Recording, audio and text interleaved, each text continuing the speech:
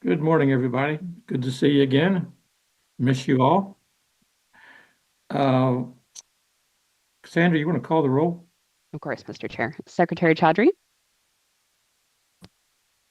is present. Mr. Derenberg, Here. Vice Chair Eberhardt is present. Chuck Boyd as designee for Secretary Flora. Present. Mr. Gibbons is present. Ms. Lala is present.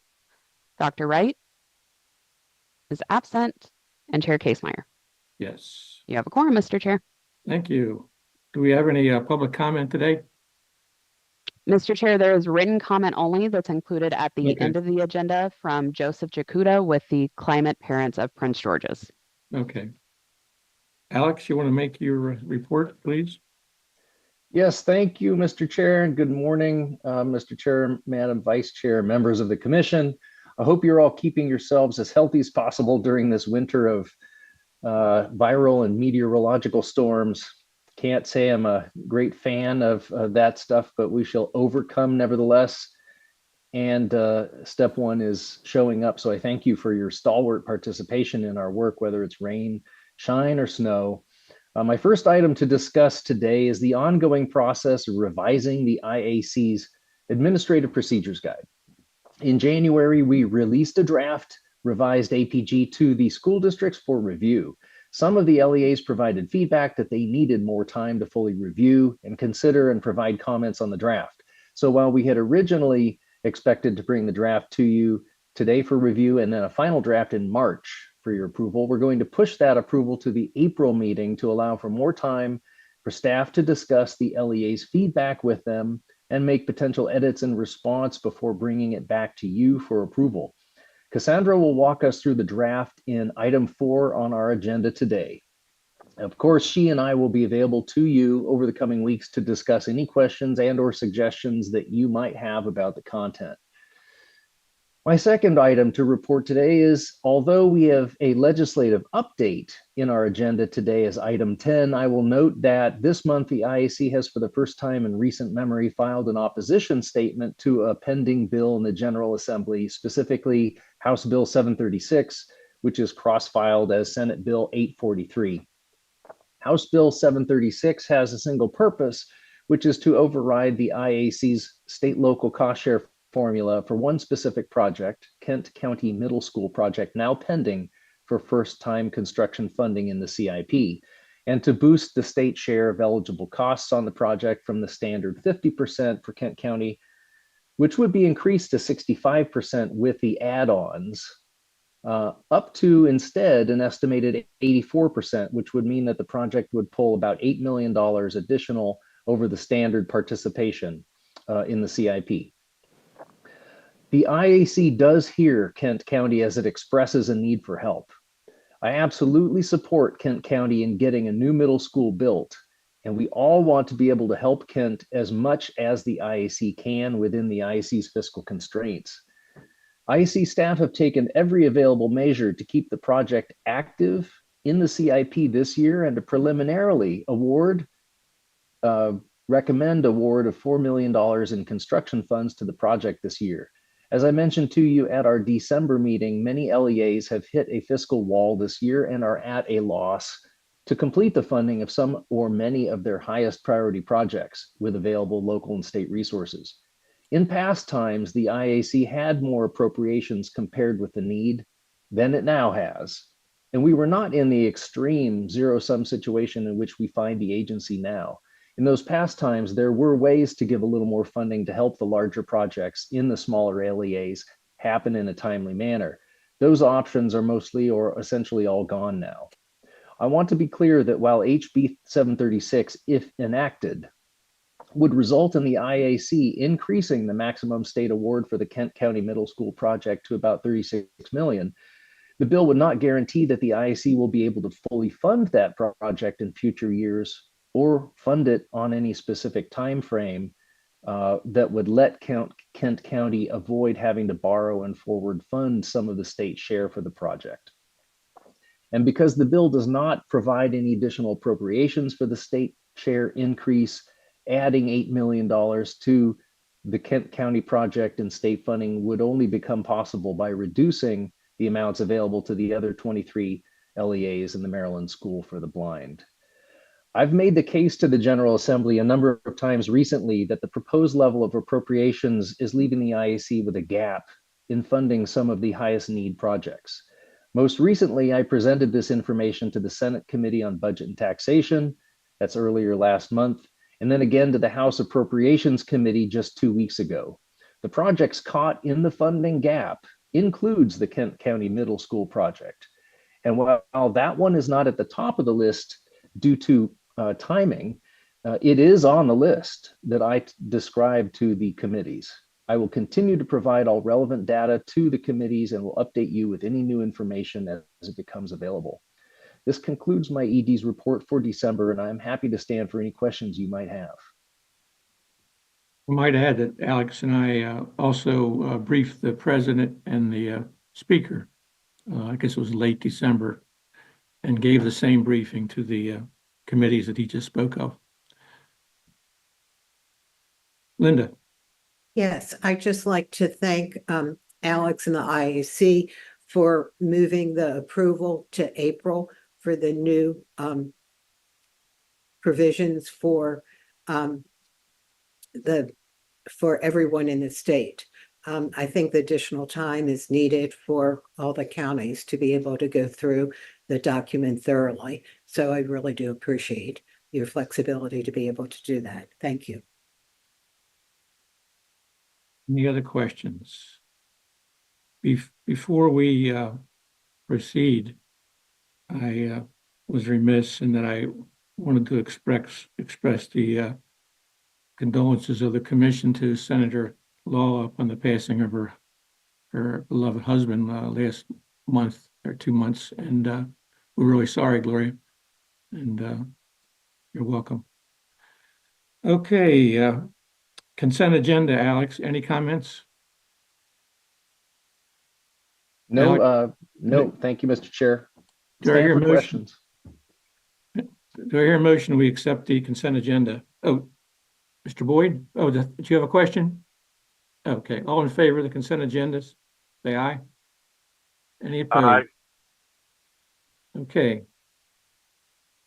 Item 3, FY 2026 90% capital improvement program staff recommendations. Arabia? Actually, Mr. Chair, if I might add a comment before Arabia begins. Yes. Well, thank you. I'd just like to recognize the huge amount of work that staff have put into this set of 90% recommendations over the past 2 months. As I mentioned in December, staff received a large number of amendments and wholesale revisions of LEA's requests all the way up through November 30th, and those changes have required a significant amount of staff analysis. Because the CIP in the end is a balancing of the needs of 25 jurisdictions altogether within the context of a single set of appropriations, changes to one LEA's project can have ripple effects to the other requests from that LEA, as well as to what may be available to support other LEA's requests. This means that staff have spent hours and hours over the past 2 months solving tens of problems, if not hundreds, in order to come to the best possible total set of recommendations for you. A set of recommendations that we believe obtains not a perfect outcome by any means, but the best available outcome overall, given the resources that the IAC expects to have to work with for fiscal 26. And I'm pleased to announce that through the staff's work, we found ways to meet project needs one by one and reduce the overall projected funding gap for the CIP this year, down from the $134 million that we reported to the General Assembly in December to about $55 million now. I thank the many staff members on the multiple teams that all contributed many weekend hours to crafting this set of recommendations before you today. It's a good one that will position us well for what I hope to be a positive legislative session in terms of appropriations outcomes. Arabia, would you please proceed to present the recommendations? Yeah. I guess I missed the contract awards. I just had 2 questions if we go back real quick. Go ahead, Mr. Derenberg. So, and Alex, just one comment is about Baltimore County, the Oliver Beach School. Looks like we're that open space and making it into classrooms now. And is that one of the last ones we have, or? Open space enclosures? Yeah. No, sir. We are still getting a small number of requests each year for open space enclosure projects from a handful of LEAs who are still working through essentially some 1970s buildings that have been open space and never enclosed. So it's not the last one. They're tapering off for sure, but there's still a handful here and there. And my other question was in Washington County with E. Russell Hicks. It looks like we're replacing a chiller. When I looked it up, it looked like 2019 or 2014 we replaced the chiller, and in 2019 we replaced like 3 extra units. I was just wondering, did it die in 10 years or? Very good question. So Lisa, you have done some background into this. Would you please present what you have on that? Thank you. Sure. The project that happened in 2014 did not include the chiller and cooling tower. It was a replacement of some air handling units and some rooftop units. And then in 2019, they did a small aging schools project that addressed 3 of those units that were not addressed in 2014. So the current project in for the contract approval is now the replacement of the chiller, which was from 1998, and the cooling tower, which was from 1991. So I have one suggestion, maybe on our website when we look it up, because it did say HVAC. So I think we used HVAC in a broad sense. Because sometimes it means chiller, sometimes it means water tower, sometimes it means ventilators.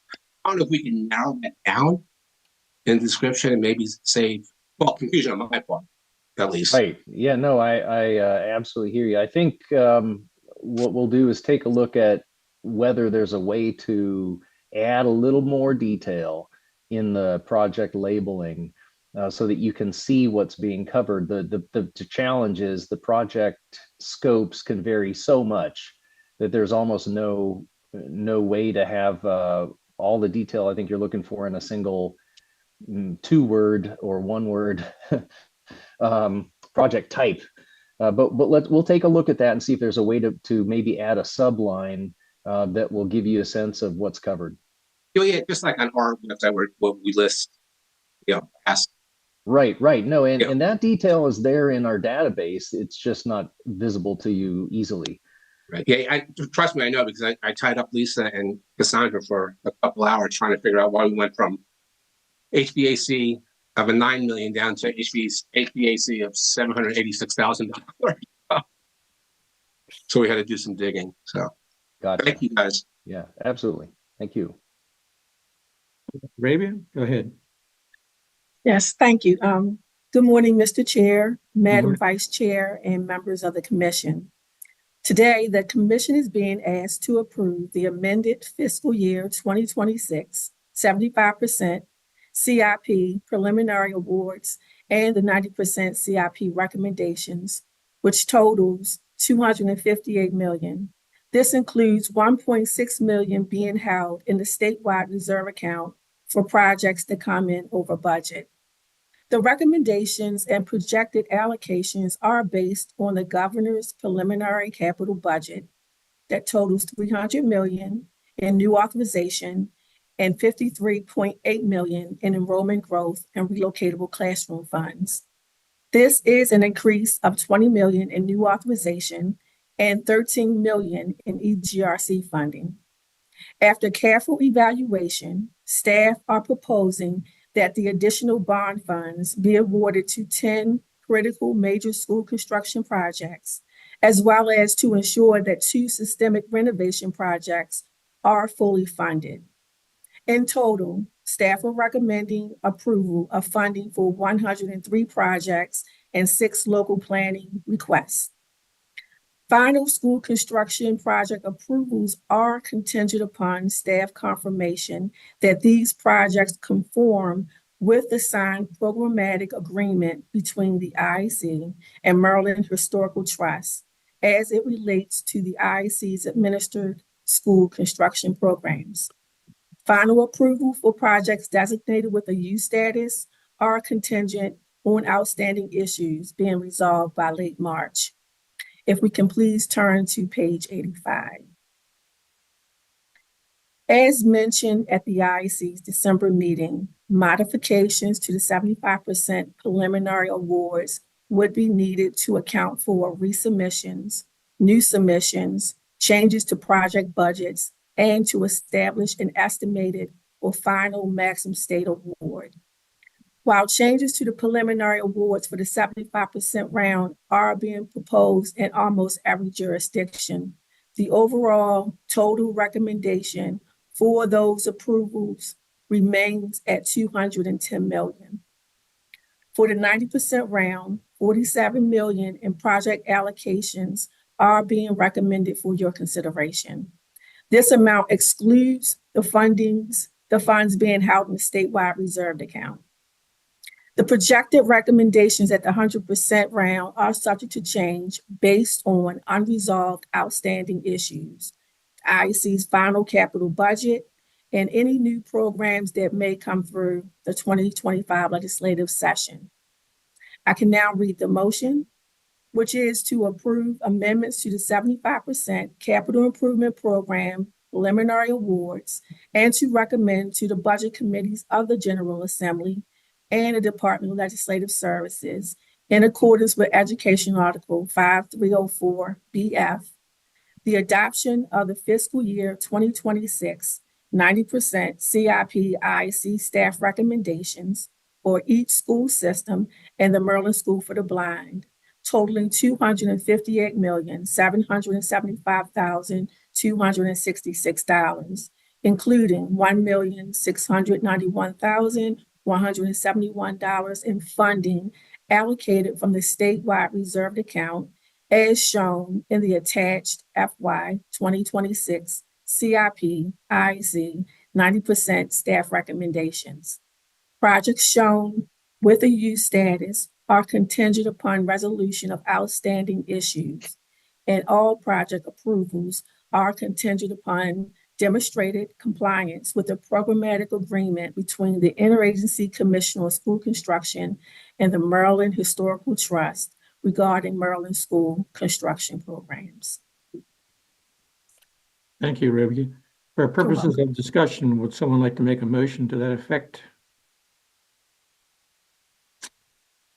Sarah Hart makes a motion, second by Secretary Chowdhury. Questions for Arabia?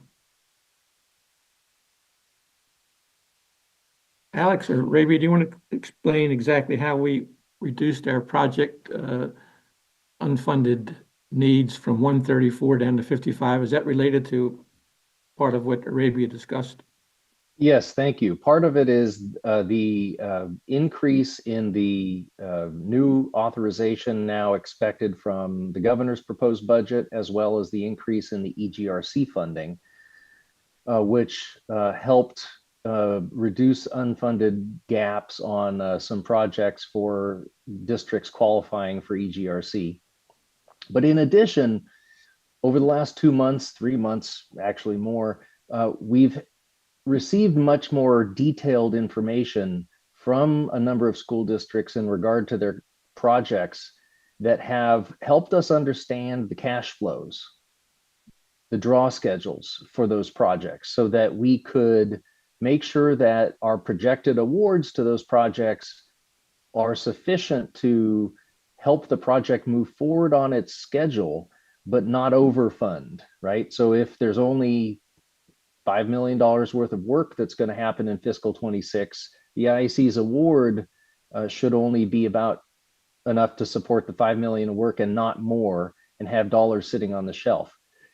That's allowed us to shift some dollars to projects in that LEA that could move forward and needed funding that had not been funded, and or in a few cases, other LEAs. And that means that we're able to get closer to funding those top priority urgent projects across the board than we had thought we would have gotten to back in November, December. Now it's not closed the gap completely, but it's definitely progress. And that's just another example of how staff have to really work through the details of every project carefully with the school district to identify how do we help them get just enough to move the project forward the right time, but we're not having any dollars not working, not generating the return on investment in the fiscal 26 when they're available. Thank you. Other questions? Okay, Cassandra, do you want to call a roll? Yes, Mr. Chair. Secretary Chaudhry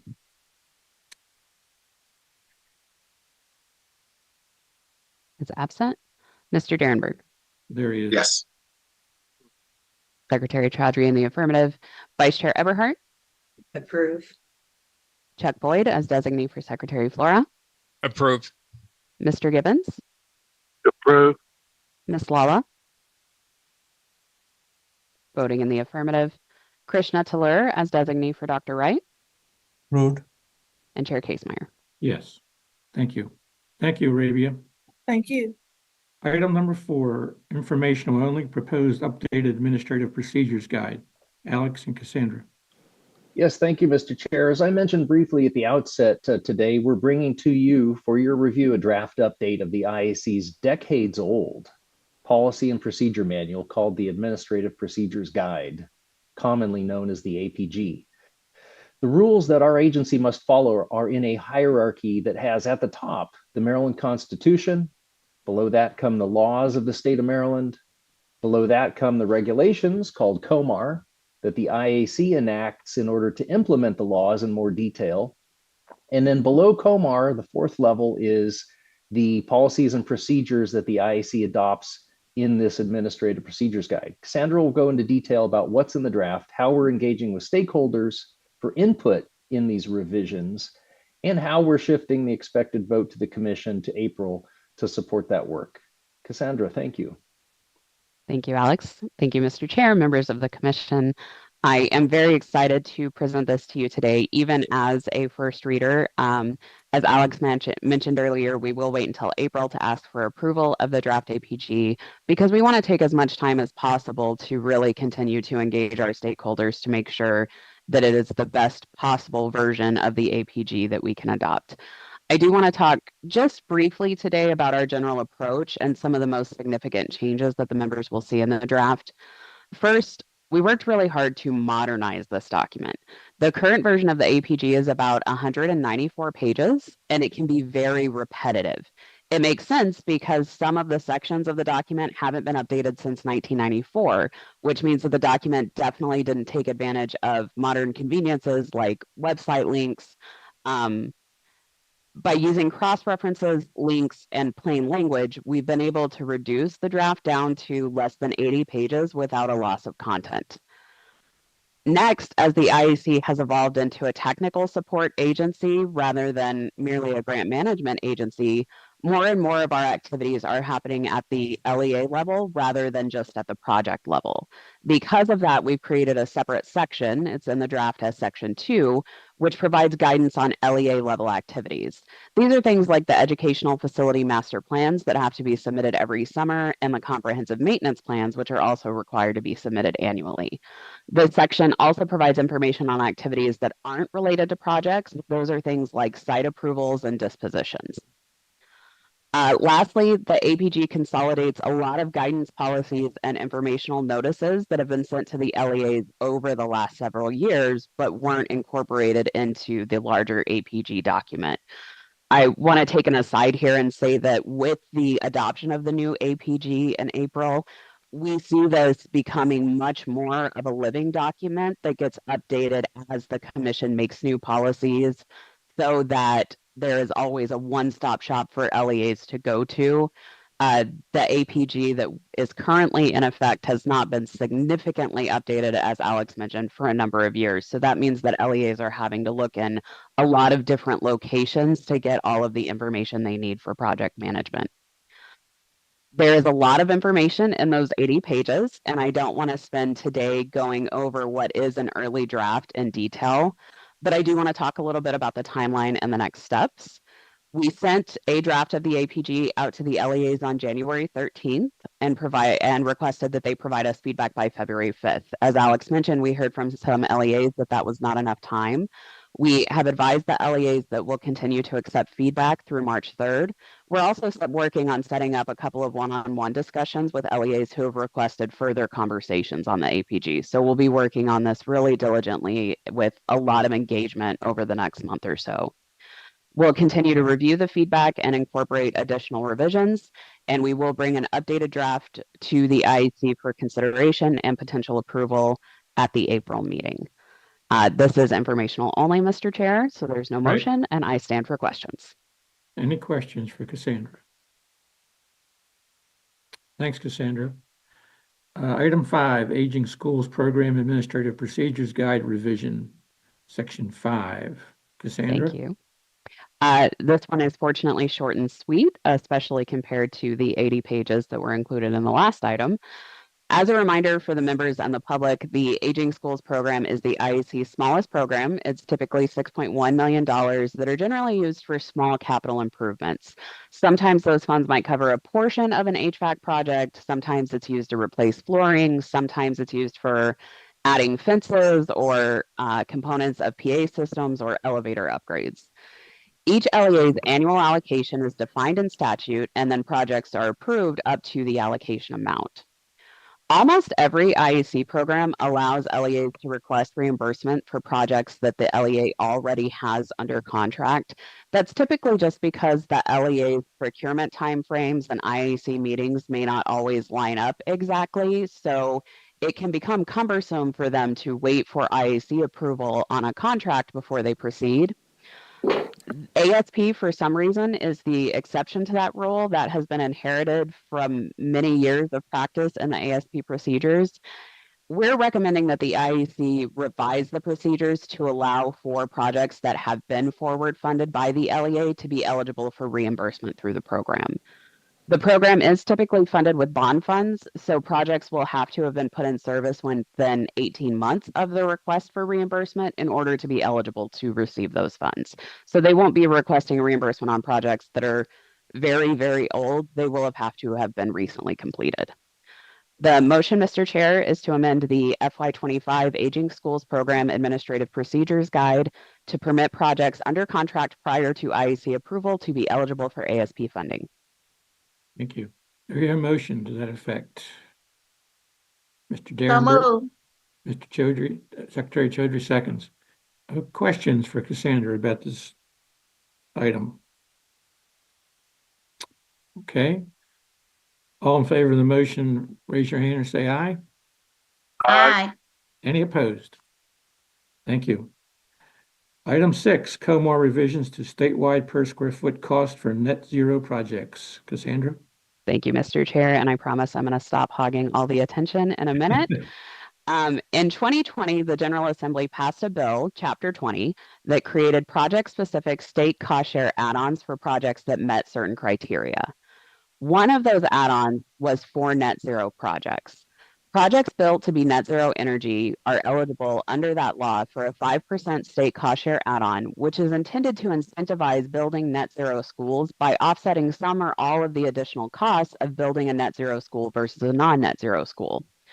Some projects already receive a state cost share based upon their LEA state cost share and other potential add-ons that they can receive of 96% or more, which means that they cannot realize the full value of the net zero incentive. Because we believe that incentivizing net zero construction is important and that it's logical for the state to help offset the costs of building net zero because of the long-term benefits of net zero construction, both to the locals and to the state, we are recommending that the IAC approve a COMAR change, which put simply, and I say put simply because if you read the COMAR, it sounds very COMAR-y and a little bit difficult to follow the math because of the very specific language. But put simply, what it would do would be to, I'm sorry, Mr. Chair, I lost my spot. Take your time. It would increase the budget for projects that cannot realize the full amount of the state cost share incentive for net zero to allow them to receive the exact same amount of funding that they would under the add-on that exists to the state cost share.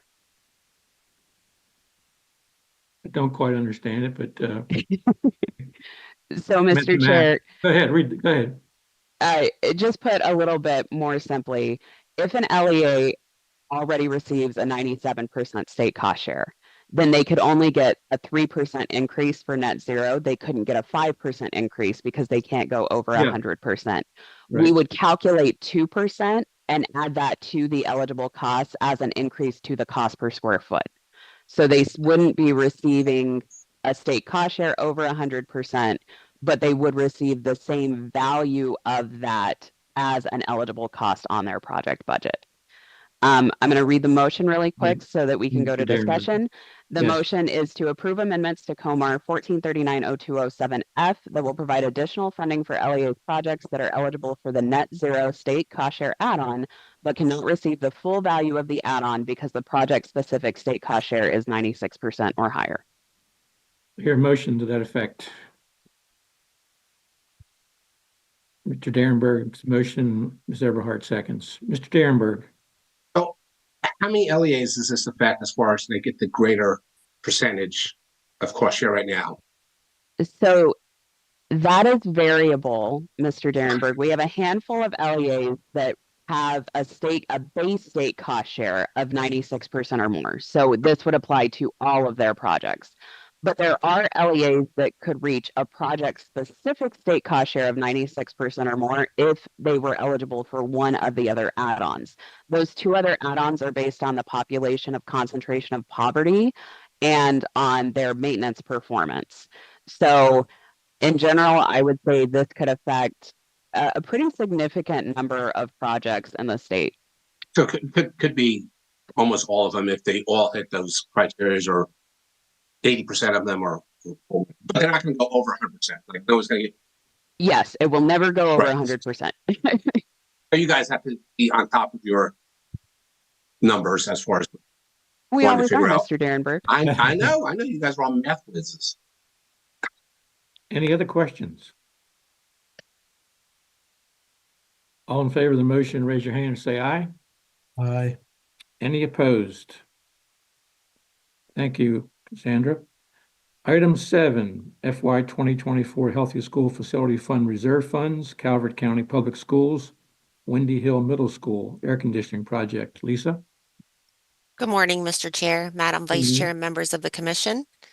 Calvert County Public Schools has requested to amend the FY 2024 Healthy School Facility Fund by applying additional funds in the amount of $36,264 from the statewide reserve to address the higher than anticipated bid cost for the Windy Hill Middle School air conditioning project. Reallocation of statewide reserve funds to previously approved healthy school projects is allowable per the HSFF APG revisions approved at the November 14th, 2024 IAC meeting. I will now read the motion, which is to increase the FY 2024 Healthy School Facility Fund funding award for the Calvert County Public Schools Windy Hill Middle School air conditioning project from $489,830 to $526,064 by transferring $36,234 from available Healthy School Facility funds held in the statewide reserve to the project. Do I hear a motion to that effect? Mr. Darrenberg and Secretary Chaudhry seconds. Any questions for Lisa? All in favor, raise your hand or say aye. Any opposed? Thank you. Thank you, Lisa.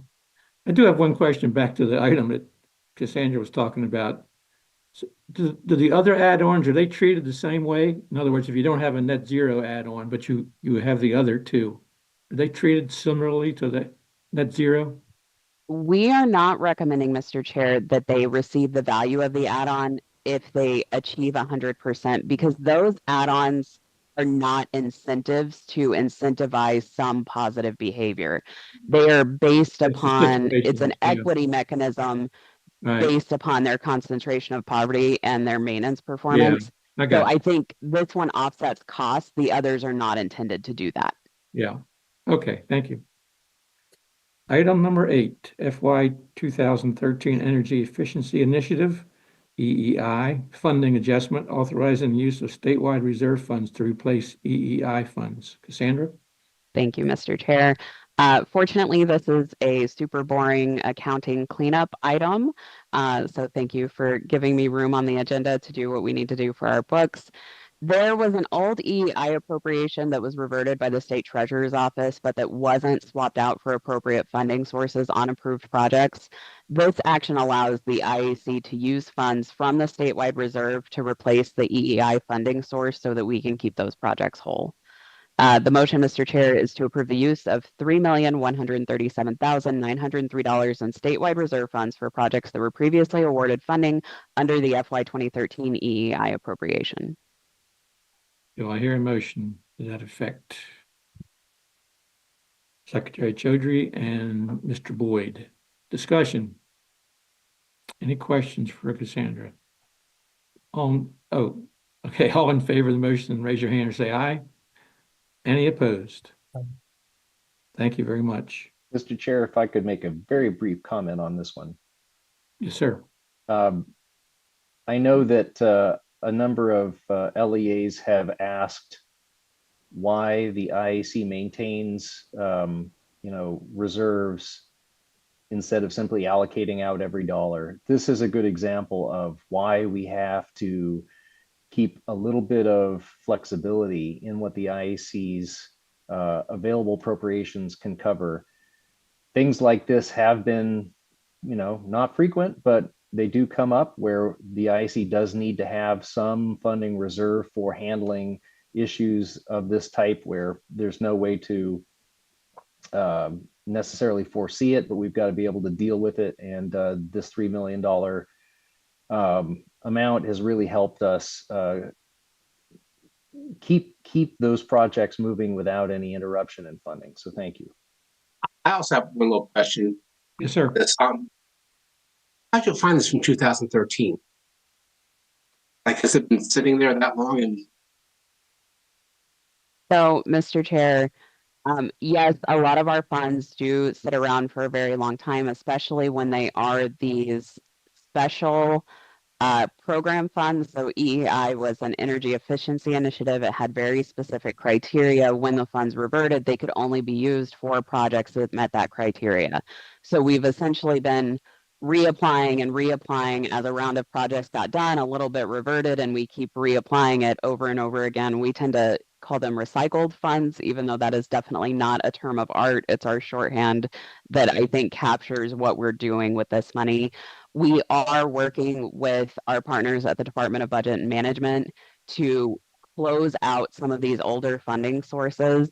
And we have also adopted a practice of using oldest money first, which makes our accounting a little bit more complicated, but is a much better way to get those old funding sources out the door. So this is a challenge that our accounting team faces, especially because we've had significant turnover in our finance team over the last few years.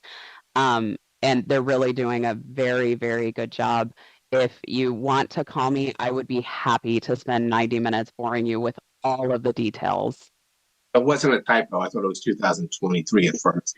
No, unfortunately, I wish, but these were originally FY 2013 funds.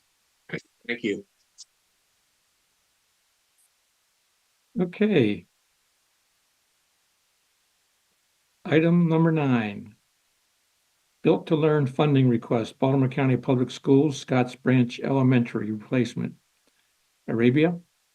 Yes, good morning again. As background information, the Build to Learn Act of 2020 empowers the Maryland Stadium Authority to sell revenue bonds to school construction projects approved by the IAC.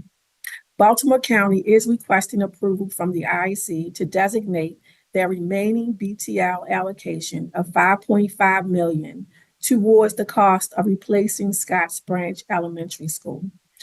The LEA expects that the remaining balance of $2.7 million for this project will be sought through the FY 2027 CIP. As a matter of note, the IAC awarded $30 million in construction funding through the pass-through grant program. I can now read the motion, which is to approve Baltimore County Public Schools request to award Build to Learn construction funding to the Scotts Branch Elementary School replacement project totaling $5,543,000. Do I hear a motion to that effect? Ms. Everhart makes a motion, Ms. Lawless seconds. Any questions for Arabia? Mr. Derenberg? But did you say this is the end of their Built to Learn funding? Yes, this is the remaining balance that they had available. Yes. What did they have originally, Arabia? Let me check. I think it was Okay, somewhere all right. around 200. I can check real quick. A second. Sorry. I should have had it open. It's okay. You say it's around 200 million that they had? Yeah, a little bit more than that, but some, Okay. yeah, around in that area. Any other questions? How many LEAs are close to the end of their Built to Learn monies? Off the top of my head, I cannot tell you Okay. that, but we can get that information to you. Great, thank you. Mr. Chair, it looks like we have 8 LEAs with balances remaining. The most significant of those is Baltimore City at 209 million. Other than that, we've got a balance of about 110 million across the other 7 LEAs with funds remaining. That's In out Baltimore, of, I'm sorry, go ahead. no, I was going to say in Baltimore County, they were allocated 357 million. Thank you. Hey, You're welcome. any questions, any further questions on the motion? All in favor of the motion, raise your hand and say aye. Aye. Any opposed? Thank you. Thank Thank you, Arabia. Item 10, legislative update. Cassandra? And Thank you, Mr. Chair. So finally, I want to say session is always an exciting time. This year, the IAC has received the request for fiscal notes that you can see on pages 192 and 193 of your agenda. Of course, we're very early in the session, so we don't know which of these bills might have legs yet and which will just kind of sit in committee. We're keeping an eye on these and we'll let you know if we see any that have potential to significantly impact school construction. A couple of bills of note at this point. The IAC did testify to the General Assembly and provided information to them on House Bill 66, which deals with the LEA tracking and reporting of energy usage to the IAC for the purpose of understanding future cost savings and opportunities for decarbonization, which we all know we're talking about very frequently these days. Another one is House Bill 38, which would remove a current provision that prohibits the IEC from considering capacity in adjacent schools to reduce eligible funding for schools where the sum of nearby available capacity is less than 15% of the project school's planned capacity. So this bill would restore the IEC's authority to look at all adjacent school capacity, which allows the IEC full flexibility to balance the overwhelming state needs that we're facing. Pages 193 and 194 of your agenda show the governor's budget as it was introduced for this year's capital and operating budget bills.